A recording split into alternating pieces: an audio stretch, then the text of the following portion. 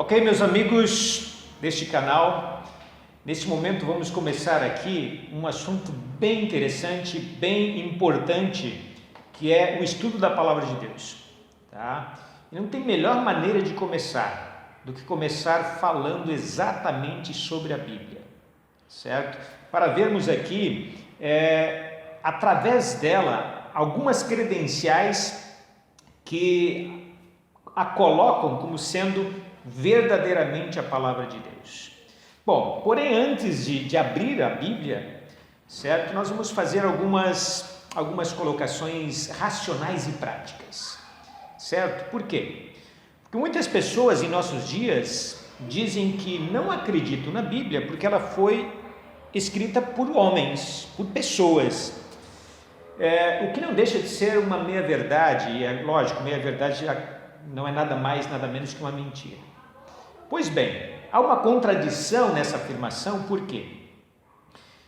Vejamos o seguinte: hoje nós temos livros, temos jornais, temos internet, temos WhatsApp, temos tantas outras coisas, e as pessoas acreditam no que leem, mas e aí, quem foi que escreveu? Não foram homens também? Então há contradição nisso, certo? Bom, outra coisa bem prática também para entendermos que realmente a Bíblia é um livro diferente, é um livro especial. Por quê? Você já não conhece, ou quem sabe até mesmo você não tem experimentado essa experiência de haver, ao estudar a Bíblia, ter uma transformação na sua vida? Pessoas transformadas ao estudar a Bíblia. Então, sem abrir a Bíblia, nós chegamos a algumas conclusões que realmente esse livro tem alguma coisa diferente, tem alguma coisa de especial. E é isso que nós vamos ver então nesse estudo de hoje, tá? Algumas informações sobre a própria Bíblia antes de abri-la. Primeiro, ela tem 66 livros, certo? 39 no Antigo Testamento e 27 no Novo, tá? Ela foi escrita por 40 autores, né, num período de aproximadamente entre 1500 e 1600 anos, né, do primeiro livro até o último. Foi escrito originalmente nas línguas do hebraico, do aramaico e do grego, certo? Bom, interessante também, ao analisarmos, que é um livro mais vendido e mais lido dos nossos dias de hoje. É outro ponto para a gente considerar. Por quê? Vejam só, hoje se tiver o lançamento de algum livro, né, que faça grande sucesso, tem uma grande tiragem, mas o que acontece logo em seguida? Já não se encontra mais nas livrarias, o pessoal esquece, ninguém mais comenta nada, quem sabe quem comprou guarda na prateleira, enfim, tá? Fica no esquecimento. Só que com a Bíblia não tem acontecido isso. Ela tem sido grandemente vendida, tem sido estudada, enfim, e tem sido um livro atual. Então nós vamos ver aqui algumas questões que nos mostram as credenciais justamente da Bíblia e vão fazer com que nós possamos aprender um pouco mais, inclusive a confiar nisso, tá? Então no decorrer das questões que vamos colocar, vamos conversando um pouquinho mais. Primeira questão aqui, logicamente, essas questões estão aqui no curso bíblico chamado Ouvindo a Voz de Deus, tá? Se você tiver esse material, puder acompanhar, não tem problema nenhum, tá? Então, a primeira questão é o seguinte: como Jesus considerava a Bíblia, tá? E interessante, qual é a Bíblia que Jesus utilizava? Logicamente não era esse livro completo que nós temos hoje aqui, organizado, a capinha bonita, não era, tá? Logicamente ele tinha lá os seus pergaminhos, enfim, né? Certo? Mas a Bíblia que ele tinha em termos de conteúdo era o Antigo Testamento, até porque o Novo foi escrito depois dele. Então vamos ver como é que Jesus considerava. Acompanhe na sua Bíblia o livro de João, capítulo 17, versículo 17, onde nos fala aqui o seguinte, ó: santifica-os na verdade, a tua palavra é a verdade. Então Jesus aqui considerando a Bíblia como sendo o quê? A verdade. E um detalhe sobre a questão da verdade: no momento em que nós vamos para a Bíblia, nós vamos descobrir que a verdade, nós podemos colocar aqui como sendo 5 itens da verdade. Primeiro, a verdade é Deus Pai. Segundo, a verdade é Deus Filho. Terceiro, a verdade é Deus Espírito Santo. Quarto, a verdade é a palavra de Deus, a Bíblia. Quinto, a verdade é a lei de Deus, certo? Então santifica-os na verdade, a tua palavra é a verdade.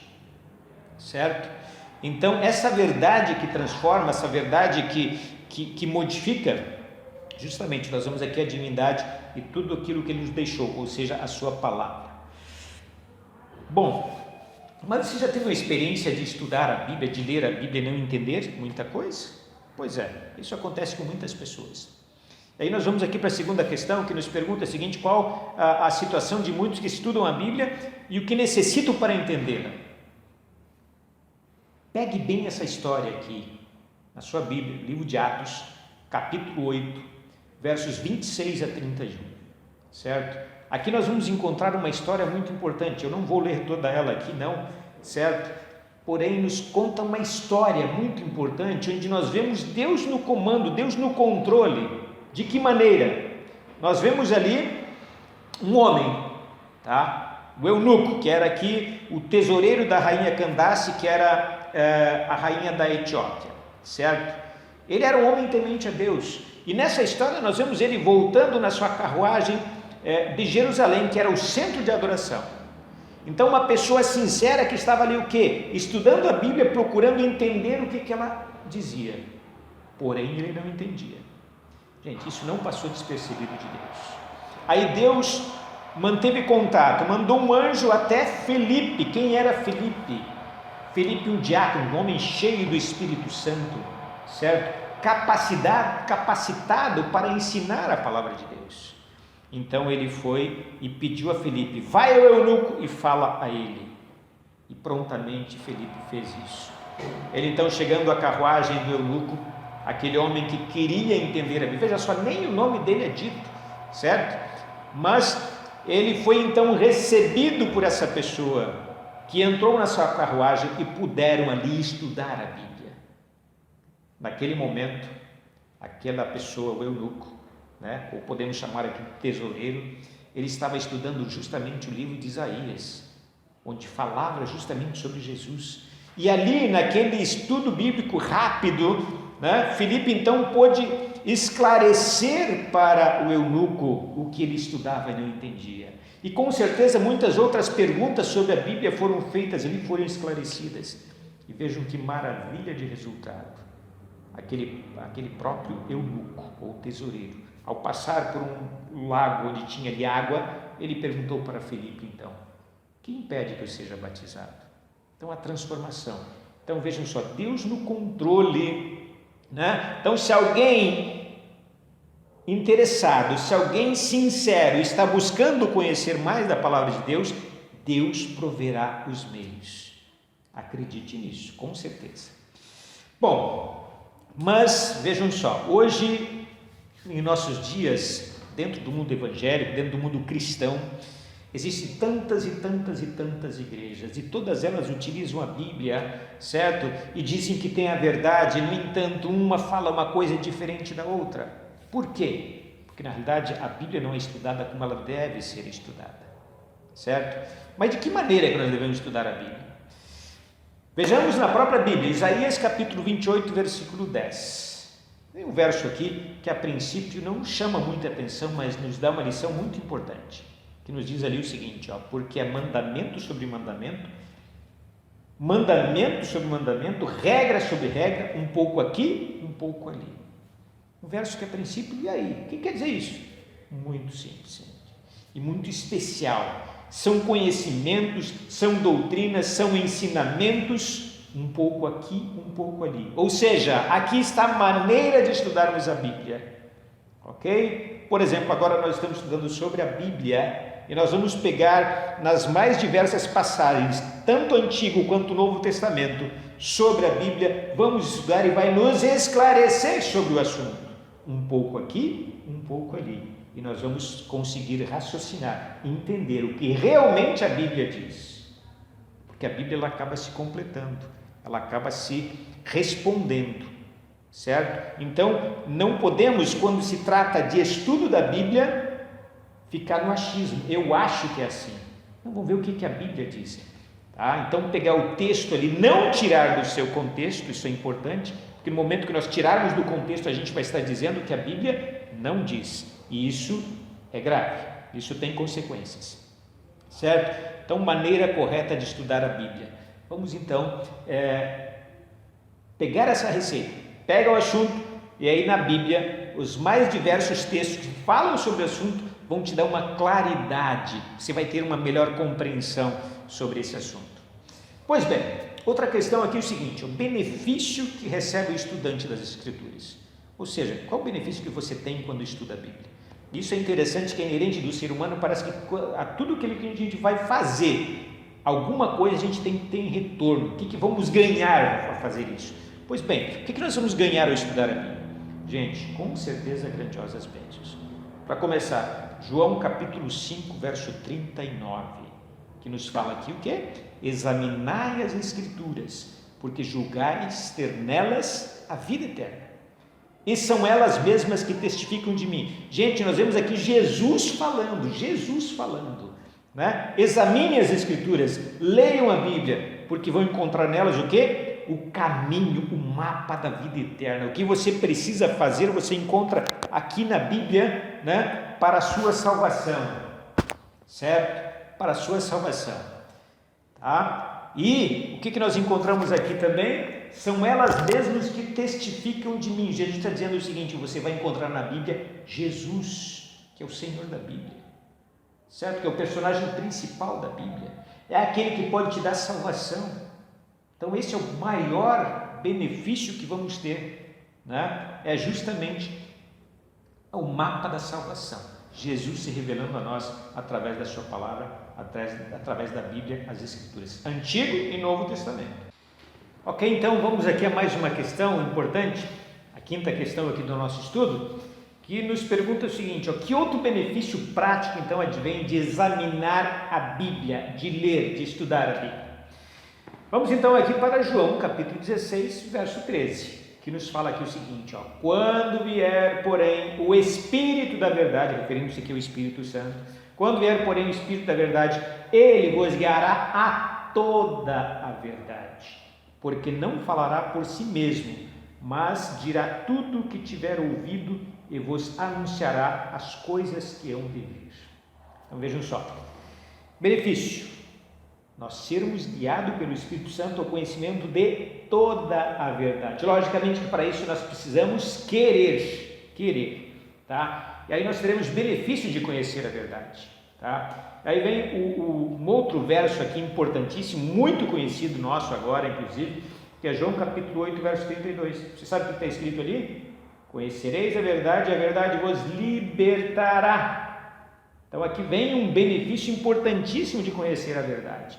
A verdade também vai nos libertar, e a verdade é naquele contexto: Deus Pai, Deus Filho, Deus Espírito Santo, Bíblia e lei de Deus. Então a verdade vos libertará. Libertará de quê? Você pode perguntar. Primeira questão: vai nos libertar do pecado, porque aqui ao estudar a Bíblia nós vamos encontrar a receita para chegarmos ao arrependimento, para chegarmos ao perdão de Cristo, tá?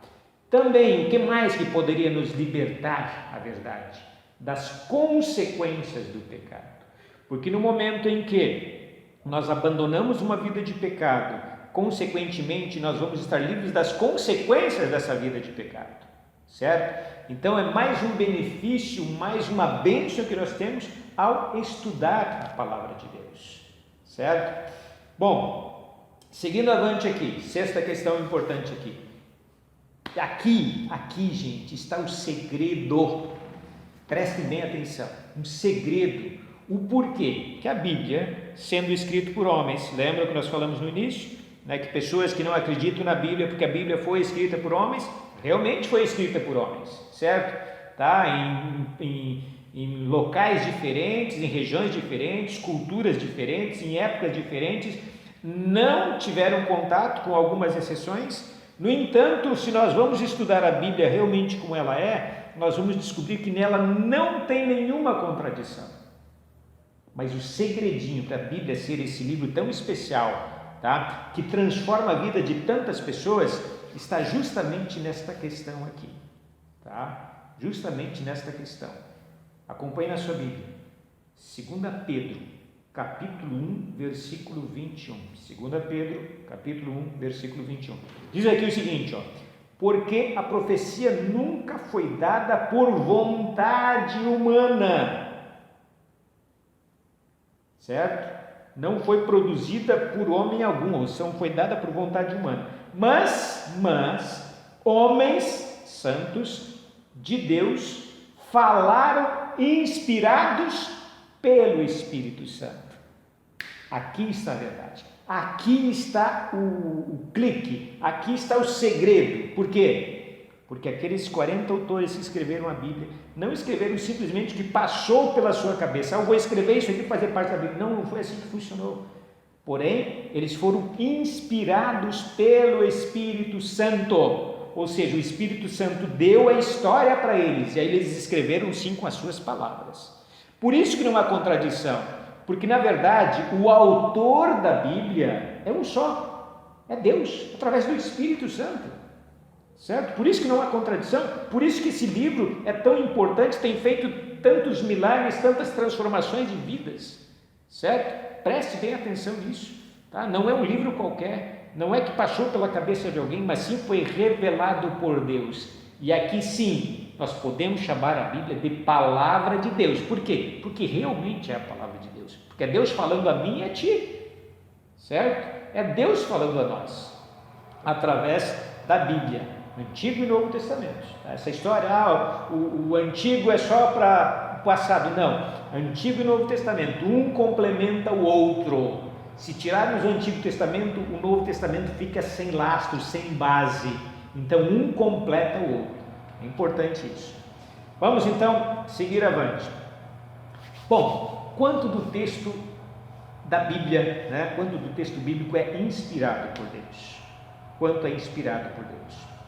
Pois bem, vamos para a Bíblia para nos responder. 2 Timóteo, capítulo 3, versículo 16, que diz aqui o seguinte: toda a Escritura é inspirada e proveitosa para ensinar, para redarguir, para corrigir e para instruir na justiça. Toda a Escritura é inspirada por Deus. E aqui ainda nós vemos outros benefícios, né? Benefícios de ensino, para redarguir, ou seja, dar vamos dizer assim, um puxão de orelha. E quem de nós já não precisa de um puxão de orelha de Deus, né? No bom sentido, lógico. Para corrigir, quantas e quantas vezes nós precisamos de correção, e aí, estudando a palavra de Deus, nós encontramos o caminho certo. Nós encontramos ali aquela correção de amor que Deus nos corrige, e para instruir na justiça, ou seja, para ensinar o caminho da salvação, que nós já falamos sobre isso. Pois bem, e aí o seguinte, tem um detalhe importantíssimo, tá, que eu sempre gosto de comentar aqui quando falo sobre a Bíblia. Tá? Falamos ali no início também daquele homem que estudava a Bíblia, porém não entendia, e aí foi necessário que Felipe fosse instruir, certo? Gente, é importantíssimo, muitas vezes, quando nós estudamos e não compreendemos, ter ajuda de alguém. É importante, com certeza, e necessário muitas vezes. Porém, eu sempre digo o seguinte, não pense pela cabeça dos outros, pense pela sua cabeça.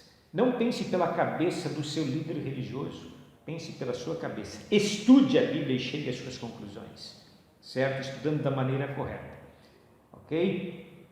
Mas, como nós vimos aqui que toda a Bíblia é inspirada por Deus, e se eu disser para você que nem toda a Bíblia é inspirada por Deus, você acreditaria? Pois é, eu digo o seguinte, acredita em mim ou em qualquer líder religioso, tá? Se o que eu estiver falando ou qualquer líder estiver falando esteja de acordo com a Bíblia. E aqui está um detalhe importante. Eu digo para você agora que nem toda a Bíblia é inspirada por Deus. Opa! Então eu vou estar contra a Bíblia? Nós acabamos de ler que toda a Bíblia é inspirada por Deus? Não entre em pânico. Vamos para a seguinte questão. Tá? Que parte da Bíblia não foi escrita por autores humanos, e você vai ver que não tem contradição nenhuma, tá? Só para nós pensarmos, né? Para que chegamos a uma conclusão melhor. Êxodo capítulo 31, versículo 18, esse aqui é um verso importantíssimo, tá? Lemos aqui o seguinte: deu a Moisés. Quem é que deu para Moisés? Ele está falando Deus conversando com Moisés, Deus dando algo para Moisés. E deu a Moisés, quando acabou de falar com ele lá no Monte Sinai, as 2 tábuas do testemunho, tábuas de pedra, escritas pelo próprio dedo de Deus. Então, gente, aqui nós estamos referindo às tábuas de pedra, onde continha o quê? Os 10 mandamentos, a lei de Deus. A lei de Deus não foi inspirada a Moisés. Deus não inspirou Moisés para que escrevesse a lei de Deus, não, ele próprio escreveu com o seu dedo em tábuas de pedra e deu pronta para Moisés. Então a lei de Deus não foi inspirada, ela foi dada pronta. E aqui nos dá uma lição importante, né? Justamente da importância da lei de Deus, certo? Tão importante que Deus não confiou a Moisés, mas ele próprio já deu pronto. E algo que a gente pode fazer aqui, uma comparação também, escrita em tábuas de pedra. Podemos até fazer um comparativo aqui com a durabilidade da lei, né? A importância e a durabilidade da lei. Quanto tempo dura uma pedra? Tá? Então, quanto tempo dura a lei? Gente, a lei, ela tem uma duração eterna. A lei, ela vai existir sempre, sem dúvida nenhuma. Tá? Então, quantas e quantas vezes nós ouvimos lá, mas a lei foi abolida na cruz. Gente, a lei dos 10 mandamentos não foi abolida na cruz. Lá foi abolida uma lei. Um dia desse nós vamos falar sobre esse assunto, tá? Para descobrir que lei é que foi abolida na cruz. Mas com certeza, tenha plena certeza, não foi a lei de Deus dos 10 mandamentos. Seguimos em frente então. Bom, vimos então que a Bíblia é a palavra de Deus, que ela foi escrita por homens inspirados por Deus. Então, que o autor da Bíblia é o próprio Deus, através do Espírito Santo, que inspirou os profetas, certo? E aí é o seguinte, está alguém autorizado a alterar a Bíblia? Alguma pessoa, algum líder religioso, alguma igreja tem autorização para mudar o que está escrito na Bíblia? Vamos ver o que a Bíblia diz? Malaquias capítulo 3, verso 6. Porque eu, o Senhor, não mudo. Por isso vós, ó filhos de Judá, ó filhos de Jacó, aliás, não sois consumidos, porque eu, o Senhor, não mudo. Por isso vós, ó filhos de Jacó, não sois consumidos. E ainda Apocalipse, verso 22, 18, tá? Vamos ler aqui o seguinte, tá? Segura um pouquinho, mas vamos pensar um pouquinho, antes de lermos Apocalipse. Deus não muda. O Deus lá da criação, o Deus lá do deserto, onde deu as tábuas da lei para Moisés, é o mesmo da criação. O Deus que nós servimos hoje é o mesmo da criação, o mesmo de Moisés. Ele não muda. Ele nos muda, mas ele não muda. Se ele não muda, consequentemente a sua palavra também não muda. Não é como nós hoje a gente pode falar uma coisa, amanhã falar algo diferente. Nós mudamos de ideia. Deus não muda de ideia. Ele continua sendo o mesmo. Os seus princípios continuam sendo o mesmo. Então, consequentemente, a sua lei não pode mudar. E agora vejam só, quando mudamos, há consequências. Apocalipse capítulo 22, verso 18 e 19, vejam bem, o que diz esse verso 18? Nos fala aqui o seguinte: eu a todo aquele que ouve as palavras da profecia deste livro, testifico, se alguém lhes fizer qualquer acréscimo, Deus lhes acrescentará os flagelos escritos neste livro.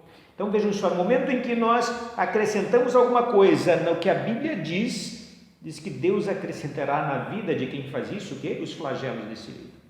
Gente, aqui na Bíblia nós encontramos o quê? Nós encontramos pragas, nós encontramos pestes, nós encontramos também o final, a destruição total do pecado e dos pecadores.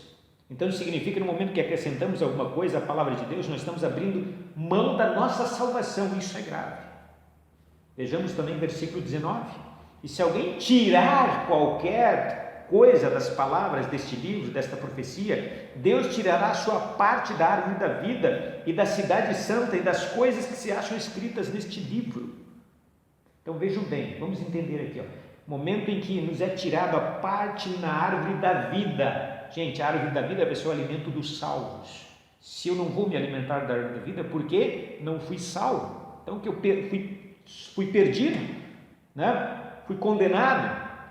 Também seria tirado à parte na cidade santa. A cidade santa vai ser a habitação dos salvos. Quem não estiver na cidade santa porque não foi salvo também, certo? Então vai estar abrindo mão de muitas bênçãos que encontramos na palavra de Deus também. Então vai estar abrindo mão da salvação. E veja só outra pegadinha aqui sobre a questão de mudar, alterar o que está escrito na palavra de Deus.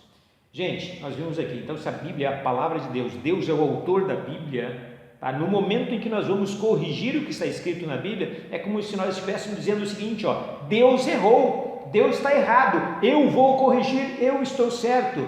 Então, com essa atitude, nós vamos estar fazendo o quê? Nos colocando no lugar de Deus. E você lembra quem é que tentou o lugar de Deus?